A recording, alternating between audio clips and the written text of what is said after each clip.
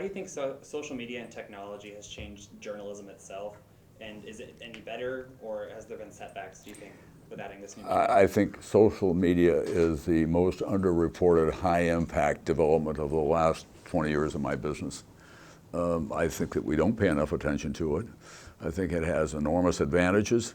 I think that there are great concerns about it because you don't know the sourcing of so much of what you're seeing. Who are these people? What do they have in mind? When they present something as factual, how do we know it's factual? Now, some of them over time have developed their own credibility that you can rely on because what they had to say turned out to be correct. But a lot of them are what I call a kind of fragging operation. Fragging is when you pull a pin on a grenade and roll it into a tent and hope it blows up something. A lot of social media is about that.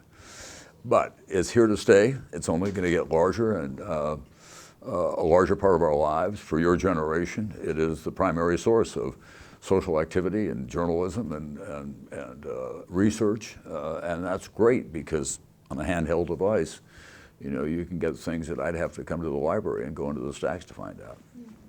That's true. And then my next question is, how can we define journalists today, especially with this new media? And what would you say is a true journalist? Or does it matter? I don't know if the definition really matters or not. There is a much wider spectrum of journalism now than when I was coming of age. First of all, it was an all-male profession when I started. And I started in the new form of journalism, which was television broadcast journalism.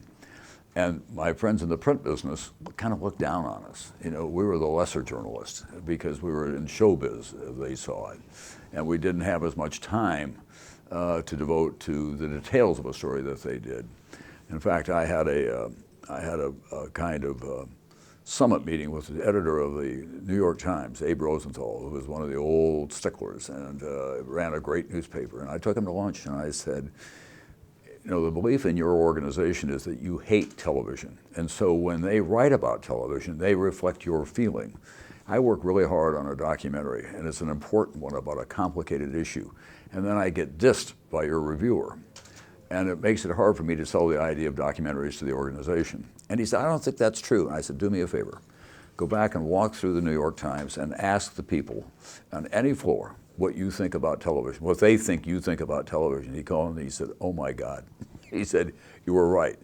And he said, the fact is that the more news that is generated and more people see it, it's good for all parts of us. So I do think I had a little impact on him beginning to take television more seriously. We still haven't gotten there yet. I mean, for example, the New York Times this year had its cultural editor reviewing the debates and the performances of the various people as if they were show business of some kind. And they were serious journalists. So I kind of raised my hand again and said, you know, you still don't get it in a lot of ways. Interesting. So I guess in the last couple of days, what we've been talking about a lot in our newsroom is how journalism is kind of changing, especially over the last couple of days. There's been a lot of talk of people being worried about journalism, and especially in our classes, our professors have been encouraging us, you know, this is the time for us to really step up, and this is when it's most important.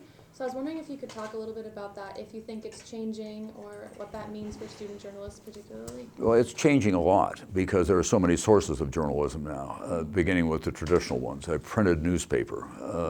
It's hard to see how that 100 years from now will still have, or even 50 years from now, will still have the robust influence that it has had.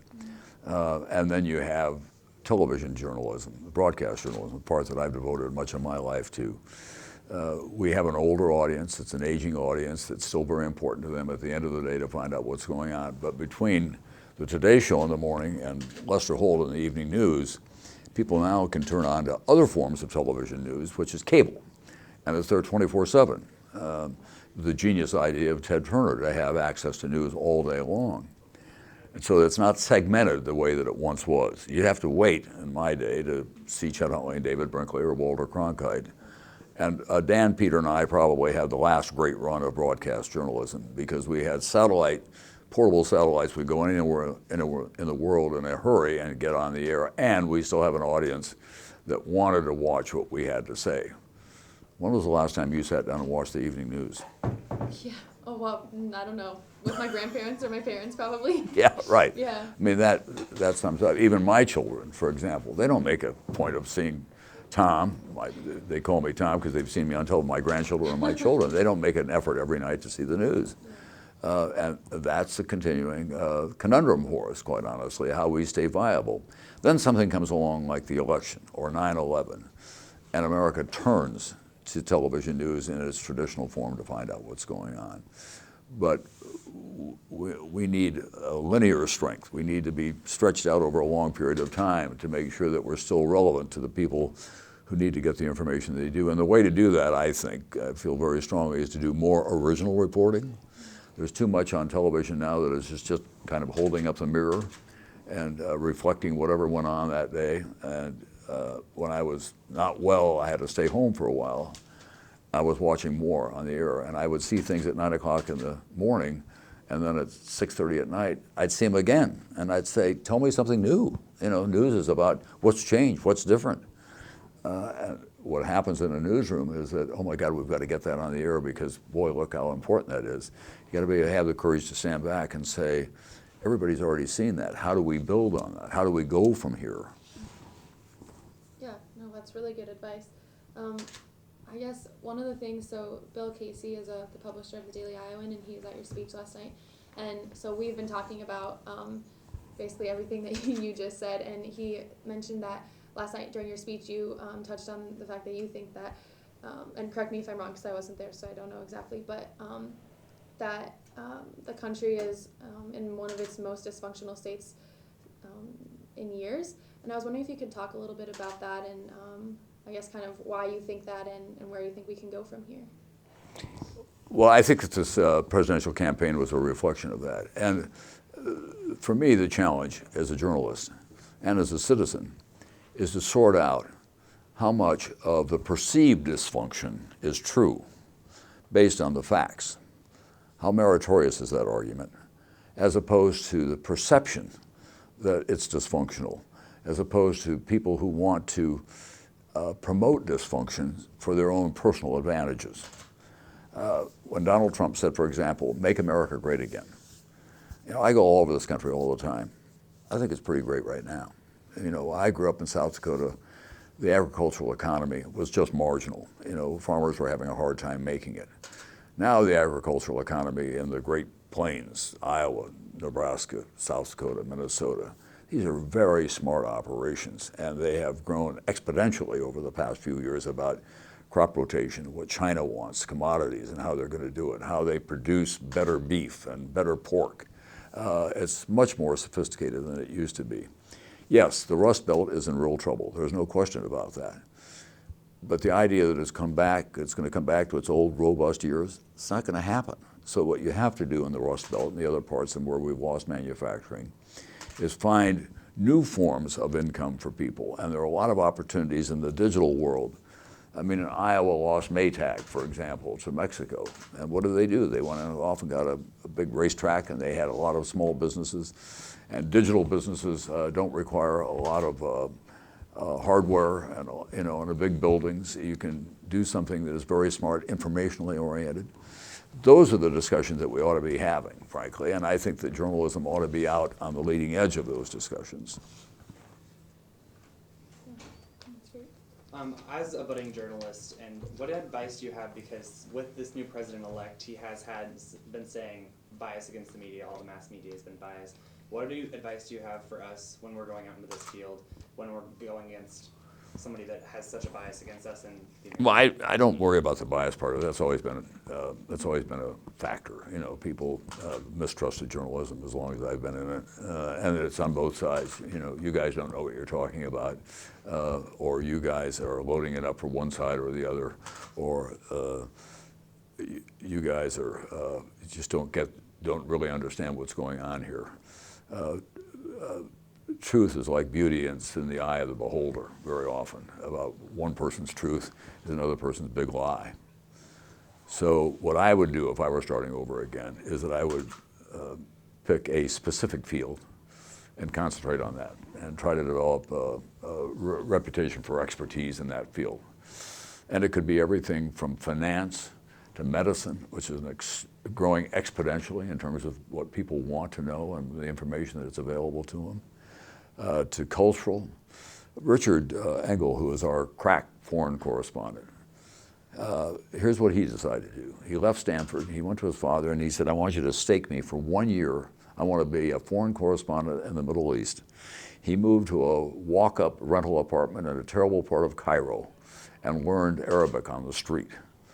And then he went to Israel and worked there, and then he went to the war. He's the single best reporter in the Middle East right now. But that's what he had to do to become the single best reporter.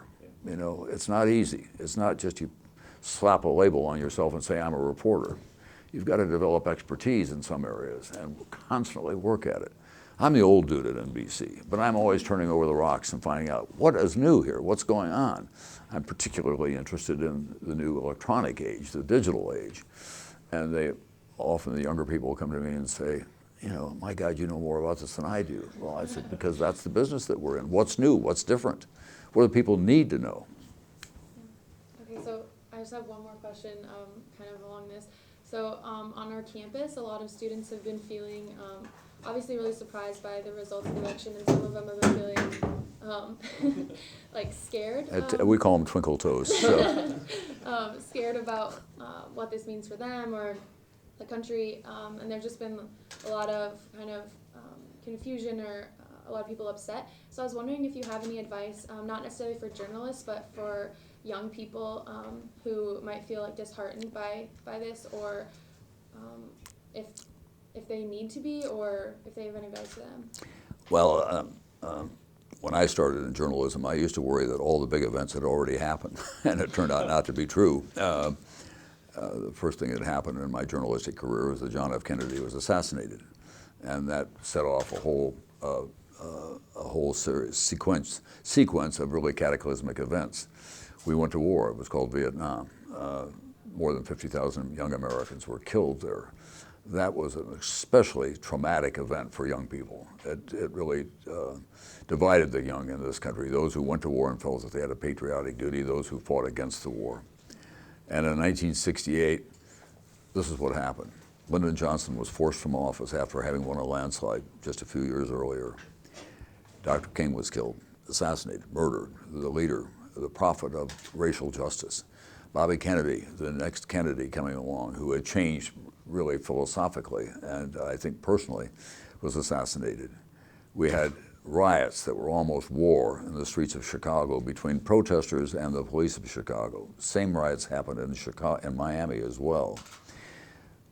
George Wallace, who was the governor of Alabama, who was an unreconstructed and unapologetic bigot and racist, ran for president against Richard Nixon, who had been there before, and Hubert Humphrey, who had grown up in the traditional democratic system.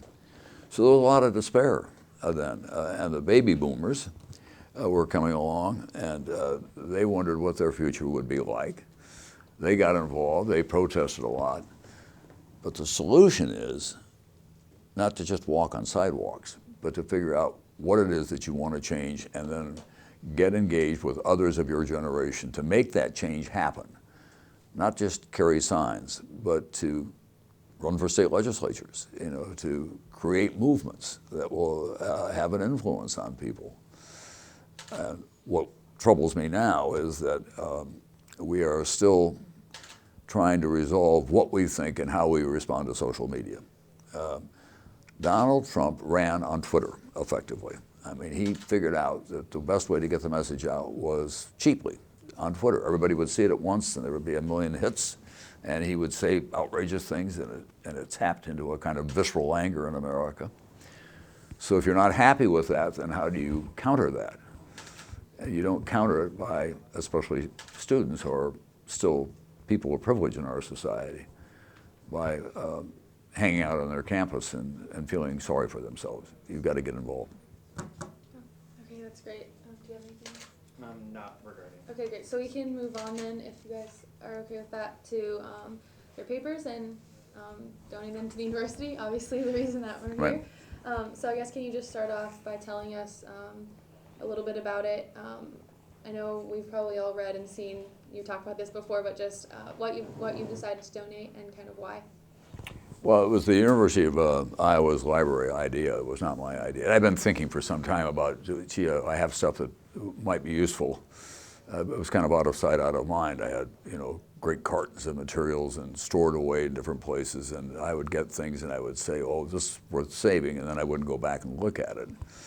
And so when the university came to me, I was very skeptical at the beginning about whether I had something that was worthwhile. And I was curious about what their plans were. And when they described their plans, it was not only flattering, it was exciting that it might be helpful. Then I went back and started looking at my material. And we'd open one carton and say, oh my God, that was really something. The interview with Mikhail Gorbachev when the Soviet Union was on the cusp of coming apart, for example. The interview with Nelson Mandela 2 days after he was released from prison. The first documentaries that were done on the digital world. Bill Gates, a documentary called Tycoon, and no one really quite knew who he was yet and what he was all about. I did a documentary called AIDS Country because I had a friend who was very active and largely out of sight, was enormously frustrated that AIDS was not getting the attention that it should. His name is Larry Kramer, and he later wrote, Pulitzer Prize winning plays and was in the cutting, and so we did a documentary on that, on AIDS.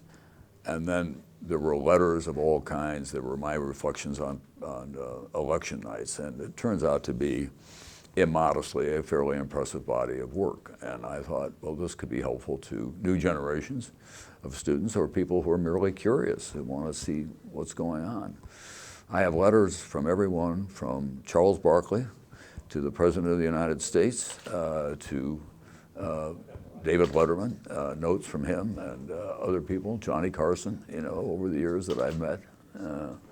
So those were kind of fun to see as well. What was it like for you to go through all of that again? Were there things that you forgot and you came across, and I guess because it was kind of you just retracing your steps. It sounds like. It was nostalgic, and it was also kind of reassuring because I got it mostly right. And when I didn't get it right, I quickly said I didn't have that one right. But if I look back on my reporting, I'm pretty proud of how it happened. But television, broadcast journalism is a team sport. These people who are taping this right now are old friends of mine. We've been everywhere in the world together under very difficult circumstances often. I couldn't have done it on my own. I had to have them with me. And it becomes a form of camaraderie, and it also becomes a kind of floating laugh game because we keep saying, why in the hell are we here? What could happen to us where we are? And a lot of that is captured when I did. I just did a story with Tim, who was here with us. I did a story in I did a story in Sioux Falls about the refugees who were coming in there to fill the tough jobs, meatpacking plants and so on. And some of them are from Somalia. And so they've established a little store called Mogadishu to have Somali products in it in Sioux Falls. Well, Tim and I were in Mogadishu. And so we were able to describe what was going on in Sioux Falls right now. And then it cut to scenes of me in Mogadishu. And I said it was the worst place I'd ever been, most dangerous place. And then to show the contrast of the kind of life that they now have in this all-American city in the middle of South Dakota, and where they're going to good schools and really enveloping themselves in the American culture. So it showed the arc of their lives.